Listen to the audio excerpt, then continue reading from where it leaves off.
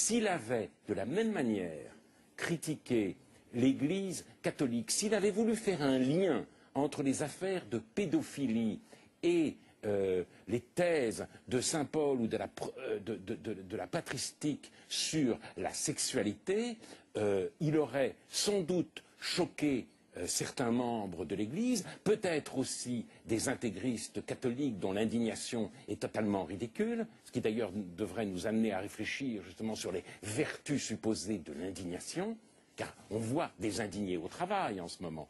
Eh bien, il n'aurait pas pour autant été menacé de mort. Il y a donc un problème particulier de l'islamisme, mais ce n'est pas faire preuve de lâcheté que de s'exposer comme l'a fait Charlie Hebdo. Si je peux répondre à ça, parce que vous partez d'un propos que je tiens et vous extrapolez sur des choses que je n'ai jamais dites et vous extrapolez dangereusement pour le coup.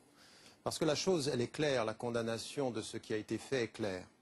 Maintenant, oui, on peut évaluer l'humour des gens. Charlie Hebdo, depuis 10 ans, se présente comme un journal de gauche qui critique tout le monde. Il est peut-être à gauche de l'extrême droite, mais il est très à droite dans sa façon d'être à gauche. Et donc, en l'occurrence, c'est un journal sur lequel, et vis-à-vis duquel, on a le droit d'évaluer l'humour. Comment se fait-il que cette façon de critiquer l'islam, ce doit être une liberté absolue, et que vous, par exemple, Monsieur Finkielkraut, quand ils se sont avérés très durs contre la liberté d'expression de Siné, vous étiez de ceux qui ont soutenu le fait qu'on puisse limiter la liberté d'expression.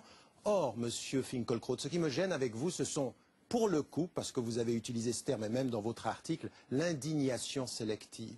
Vous êtes indigné de voir qu'on puisse mettre un cocktail Molotov, et je le suis comme vous. Mais, monsieur, je suis indigné contre toutes les menaces à la liberté d'expression. Et quand elles touchent à des personnes qui puissent critiquer Israël, ou qui puissent être dans l'humour critique par rapport à la tradition juive, le premier qui est au front est monsieur Finkielkraut en France. Et donc, excusez-moi du peu, à partir d'un certain moment, votre indignation perd tout crédit par sa sélectivité.